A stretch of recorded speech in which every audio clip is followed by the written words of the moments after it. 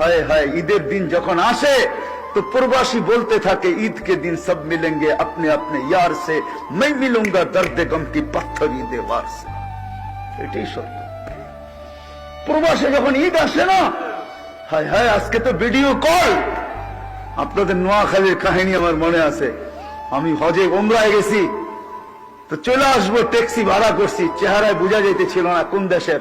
আমি বৈশাখী আমি মনে করছি ইন্ডিয়া পাকিস্তানের হবে নাদুস নাদুস চেহারা সুন্দর তো আমি উর্দুতে জিজ্ঞাসা করলাম তোমার বাড়ি কোথায় বাংলাদেশে তাহলে আমি বললাম তোমার সাথে তার উর্দু বলে কোনো দরকার নেই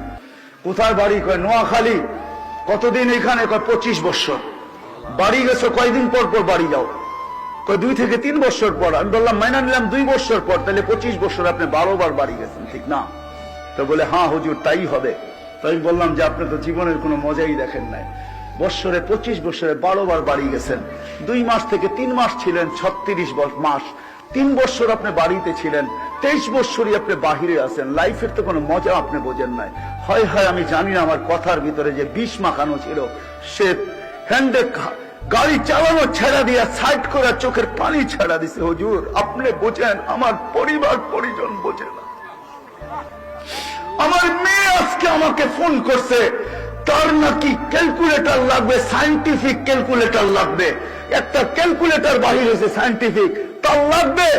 আমি ট্যাক্সি চালাই সকালবেলা বাহির হই বিকালে ফিরি পোশাকটা আমার নিজের হাতে ধুইতে হয় কখনো আমি এমন ক্লান্ত হই যে ফ্রিজের ওই ঠান্ডা খাবার খাইয়েই ঘুমায়া পড়ি হায় হায় হায়